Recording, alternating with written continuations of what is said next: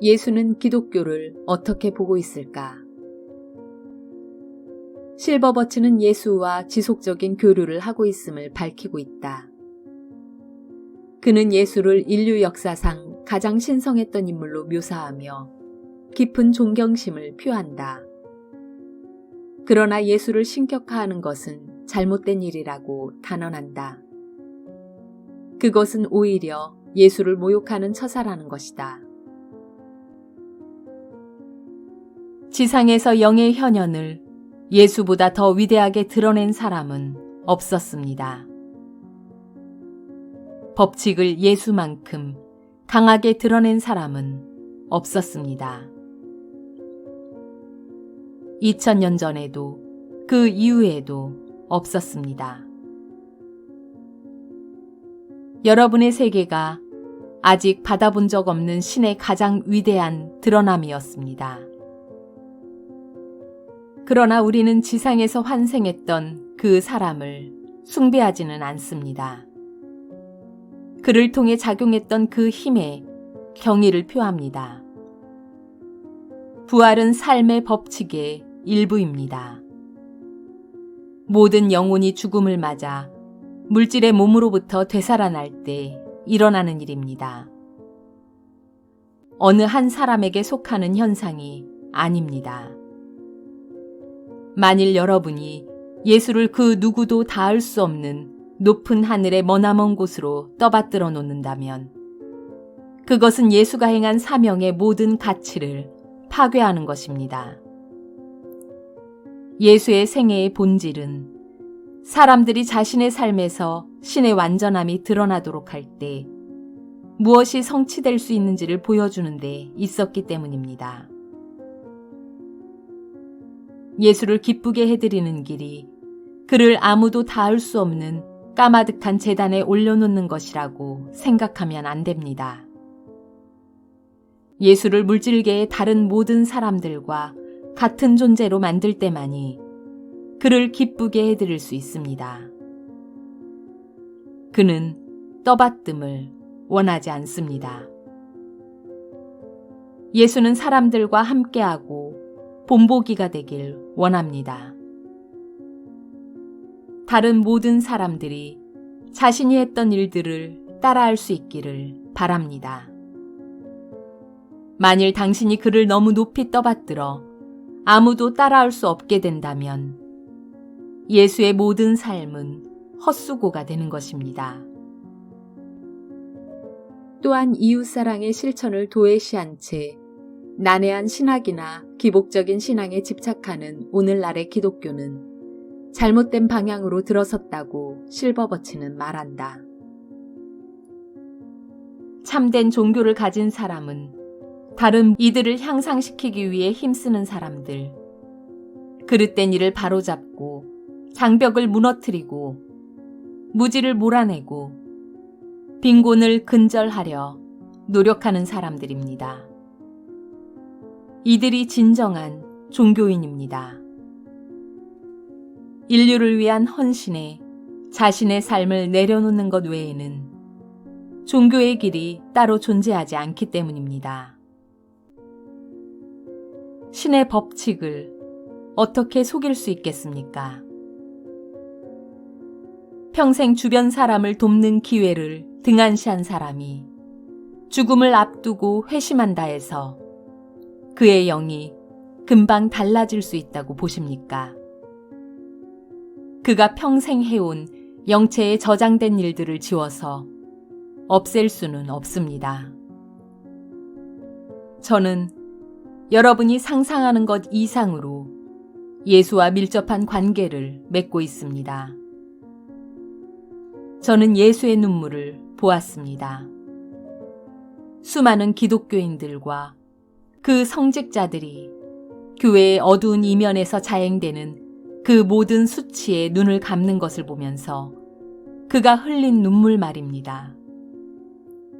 신의 집이 되어야 할 교회를 보석과 스테인글라스로 채워넣고 어떻게 만족할 수 있습니까?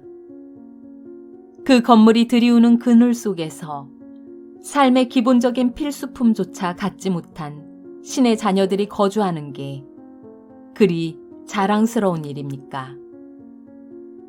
그들 중 많은 사람들이 하루 종일 일을 하고 지친 몸을 눕힐 거처조차 갖고 있지 못합니다. 기독교에서 말하는 분노의 신, 지옥의 형벌로 인간을 위협하는 신의 개념이나 죄의 용서 등은 모두 잘못된 것입니다. 우주는 원인과 결과의 법칙에 따라 움직일 뿐이며 그 법칙이 곧 신입니다. 이기적으로 사는 사람은 이기심의 결과를 거둘 수밖에 없습니다. 죄를 지은 사람은 그 죄의 결과물을 얻게 됩니다. 편협하고 완고한 사람은 편협함과 완고함의 결과를 얻게 됩니다. 법칙은 한결같고 변함이 없습니다. 원인과 결과 사이에 끼어들거나 결과를 바꿀 수 있는 종교적 의식이나 성가, 기도, 경전 같은 건 없습니다. 결과는 원인을 체계적이고 기계적인 정확성에 입각해 따릅니다. 수도자든 일반인이든 상관없이 이 자연의 과정을 방해할 힘을 가진 사람은 없습니다. 5. 불행의 원인은 이기주의. 실버버치는 지상의 모든 비극과 불행의 원인으로 물질주의와 이기주의를 지목하는데 이 두 단어를 혼용할 때도 있지만 다음의 대목을 보면 이기주의가 물질주의보다 더 본질적인 것으로 보인다. 영의 세계에서도 죄를 짓는 것이 가능합니다. 영의 세계에서의 죄는 이기심의 죄입니다. 그러나 우리의 세계에서는 그러한 죄들이 빠르게 드러납니다. 마음속에 생각이 떠오르자마자 바로 알려지게 됩니다. 그리고 그 결과가 물질계에서보다 훨씬 빠르게 표현됩니다. 죄를 저지른 사람에게 입력이 되면서 전보다 영적으로 낮아지게 됩니다. 이러한 죄들이 무엇인지를 여러분의 언어로 명확하게 정의하기는 어렵습니다. 이기심의 죄라는 정도밖에는 설명하지 못합니다.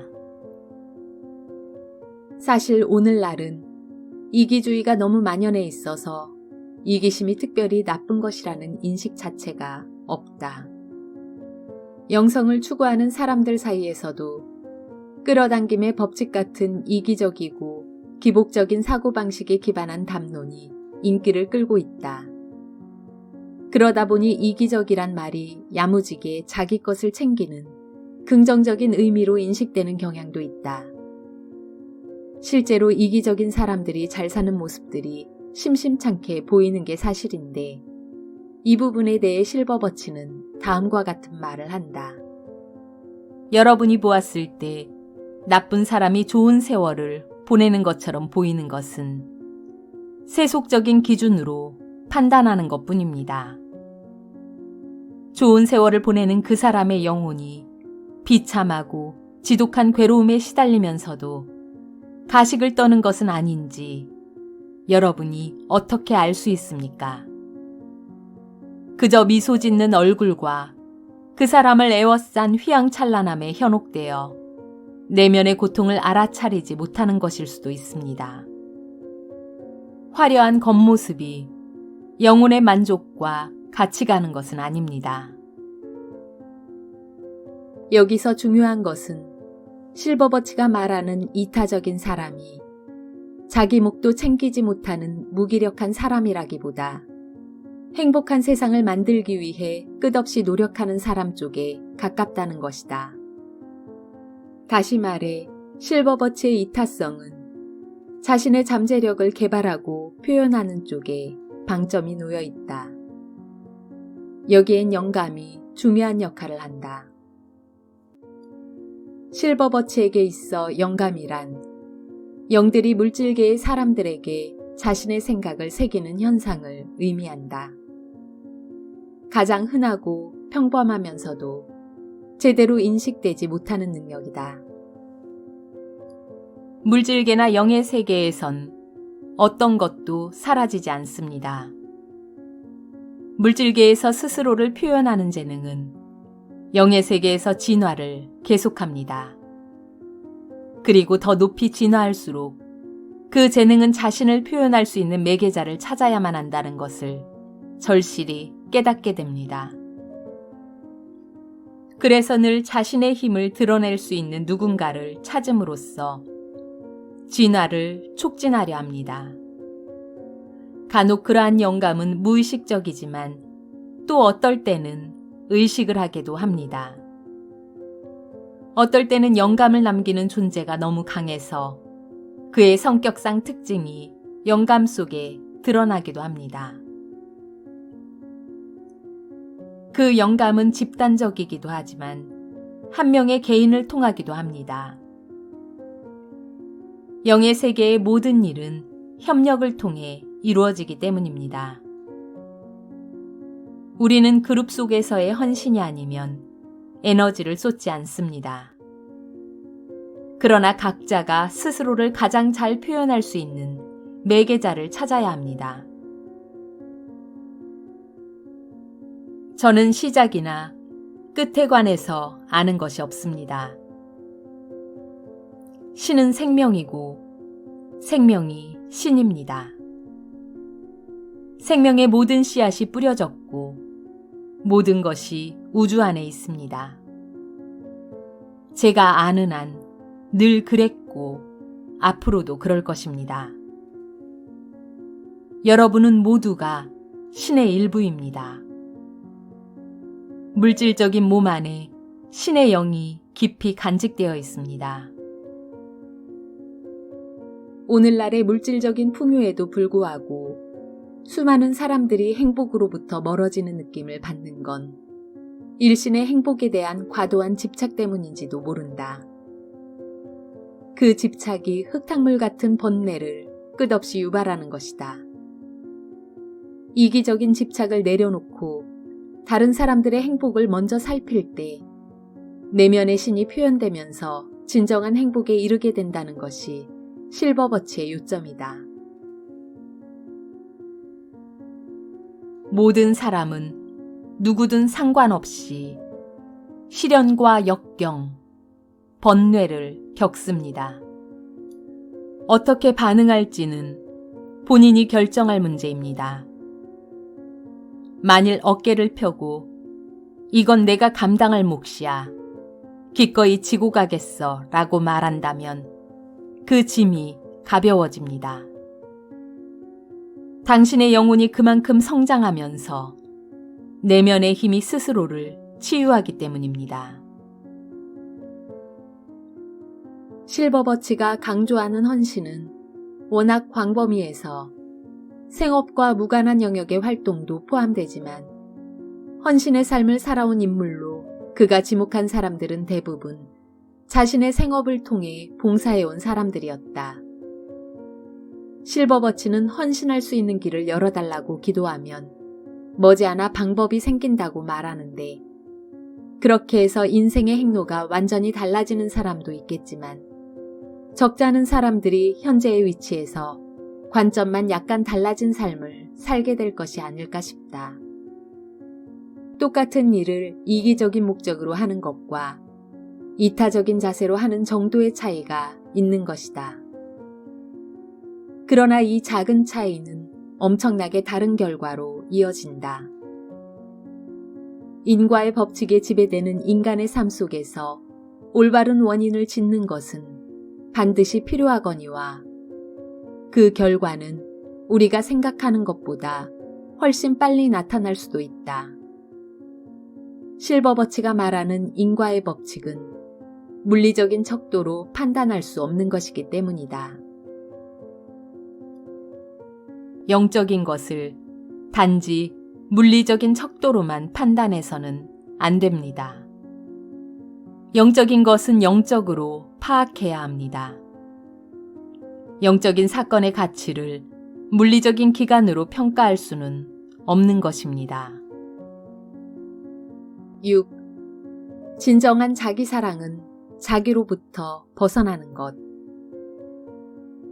오늘날의 영성 담론들은 이기적인 세태를 반영하듯 대부분 나에 과도한 초점을 맞추고 있으며 모든 이야기가 나로 시작해서 나로 끝나는 경향이 있다.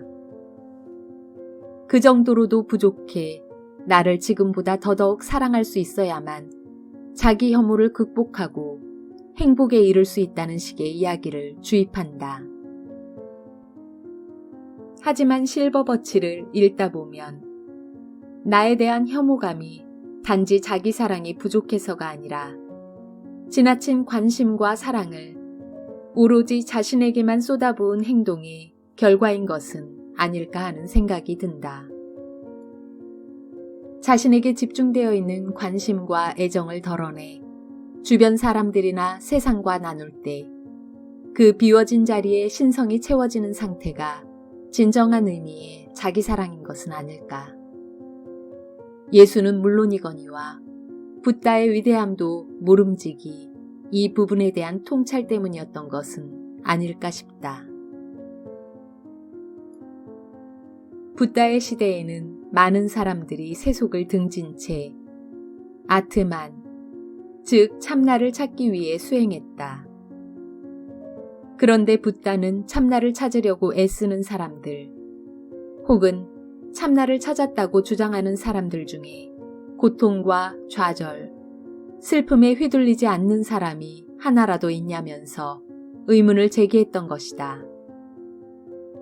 이것이 이른바 무아설로 이어진 것인데 실제로 붓다의 많은 제자들이 참나에 대한 집착을 내려놓음으로써 고통과 좌절, 슬픔으로부터 벗어날 수 있었음을 자각하게 되었다. 다시 말해 일신의 행복에 대한 과도한 집착은 그것이 물질적인 차원의 행복이든 영적인 차원의 행복이든 역효과를 일으켜 오히려 인간을 불행에 빠뜨릴 수 있다는 것이다. 실버버치는 이 문제를 전혀 다른 각도로 접근했다고 할 수 있다. 아닌 게 아니라 실버버치는 상황과 여건에 따라 원리의 적용이 달라질 수 있음을 누차 강조하는데 진리의 가르침조차 시대에 맞게 변형될 필요가 있다고 주장한다. 우리 시대는 붓다의 시대처럼 윤회나 영혼불멸이 보편적으로 받아들여지지 않는 데다 누구나 죽으면 먼지로 돌아가니 살아있을 때 최대한 물질적인 복락을 누려야 한다는 그릇된 믿음이 모든 사람들의 의식과 무의식을 짓누르고 있다. 실버버치는 죽으면 끝이 아니다. 그렇다고 영적인 행복을 찾기 위해 안간힘을 쓰기보다는 일신의 행복에 대한 과도한 집착을 내려놓고 다른 존재들의 행복을 돌볼 때 오히려 행복해질 수 있다고 한 것이다. 결론적으로 영혼이 있느냐 없느냐를 이론적으로 따지고 드는 것은 문제의 본질을 한참 벗어난 것이며 인간이 자신에 대한 집착을 내려놓을 수 있는지의 여부가 중요하다고 할 수 있다. 붓다와 예수, 그리고 실버버치는 자신의 시대에 맞게 고질적인 집착을 내려놓을 수 있는 가장 효과적인 길을 제시한 것이 아닐까 싶다. 나를 내려놓고 잊어야만 진정한 나를 찾게 된다는 역설이야말로 그의 가르침이 갖는 가장 오묘하면서도 강력한 통찰이라 할 것이다.